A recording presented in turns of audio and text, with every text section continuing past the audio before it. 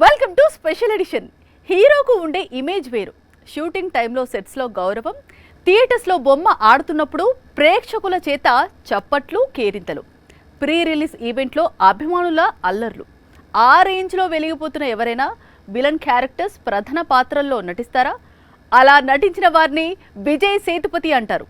అందుకే ఆయన వెండితెర మహారాజా అయ్యాడు. కెరీర్లో 50 సినిమాలు పూర్తి చేసుకున్నాడు విజయ్ సేతుపతి. హీరోగా మళ్ళీ కంబ్యాక్ మూవీ మహారాజాతో అందుకున్నాడు.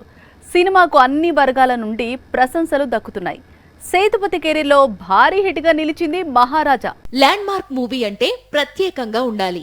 అందుకే అందుకు తగ్గ స్టోరీని ఎంచుకుని అభిమానులను అలరించాలి అనుకుంటారు హీరోలు.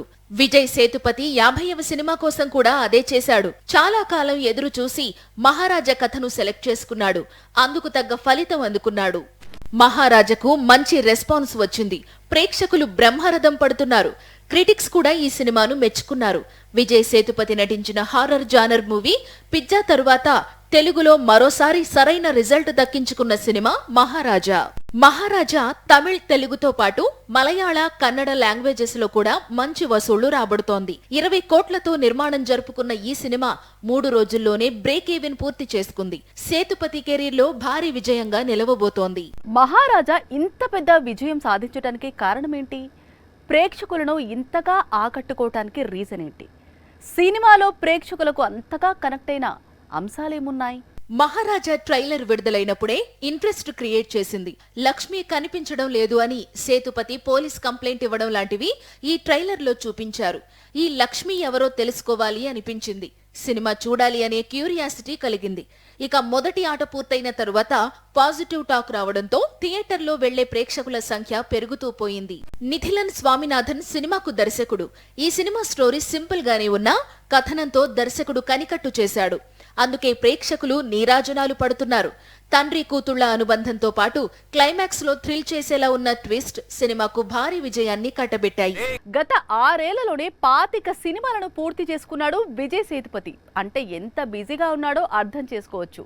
హీరోగా కనిపిస్తూనే నెగటివ్ రోల్స్, ఇంపార్టెంట్ క్యారెక్టర్స్ లో నటిస్తున్నాడు. ప్రేక్షకుల చేత జేజేలు పలికించుకుంటున్నాడు. విజయ్ సేతుపతి ఇప్పుడు పాన్ ఇండియా యాక్టర్. సహజంగా నటిస్తాడు, పాత్రకే ప్రాణం పోస్తాడు. విజయ్ సేతుపతి హీరోగా విజయం చూసి కూడా చాలా కాలమే అయింది. రొమాంటిక్ డ్రామా జానర్ లో వచ్చిన 96 మూవీ తరువాత కథానాయకుడిగా సరైన సక్సెస్ అందుకోలేకపోయాడు. 96 మూవీ పెట్టుబడికి 3 వసూళ్లు రాబట్టింది. కోలీవుడ్ స్టార్ హీరో అయిన విజయ్ సేతుపతి ఇతర భాషల్లో విలన్ గా భయపెట్టాడు. ఈ పాన్ ఇండియా నటుడికి అన్ని భాషల్లో అభిమానులను సంపాదించుకున్నారు. మాస్టర్ సినిమాలో దళపతి విజయ్ ని, విక్రమ్ మూవీలో లోకనాయకుడు కమల్ హాసన్ లాంటి స్టార్ ను ఢీకొట్టాడు. ఈ సినిమాలు బాక్సాఫీస్ దగ్గర మంచి వసూళ్లు రాబట్టాయి. అంతెందుకు, హీరోల కంటే విలన్ పాత్రలో నటించిన సేతుపతినే ఎక్కువ పేరు తెచ్చుకుంటున్నాడు. ఉప్పెన సినిమాతో టాలీవుడ్ కు కూడా ఎంట్రీ ఇచ్చాడు సేతుపతి. విలనిజం పండించి తెలుగు ఆడియన్స్ కు మరింత దగ్గరయ్యాడు. జవాన్ మూవీతో బాలీవుడ్ ఇండస్ట్రీకి కూడా ఎంట్రీ ఇచ్చాడు. షారుఖ్ ఖాన్ తో ఢీ అంటే ఢీ అనేలా నటించాడు. మహారాజా లాంటి భారీ విజయం అందుకున్న సేతుపతి ఇక మీదట హీరోగానే కొనసాగుతాడా, లేకుంటే ఎప్పటిలాగానే విలన్ క్యారెక్టర్ ఆర్టిస్ట్ గా సినిమాలు చేస్తాడా? విజయ్ సేతుపతి నుంచి రాబోతున్న సినిమాల్లో ఆయన ఎలా కనిపించబోతున్నాడు? ఎలాంటి నిర్ణయం తీసుకున్నాడు? ప్రధాన పాత్రలతో కూడా తనదైన ముద్ర వేశాడు విజయ్ సేతుపతి. సూపర్ డీలక్స్ మూవీలో డిఫరెంట్ గా కనిపించాడు.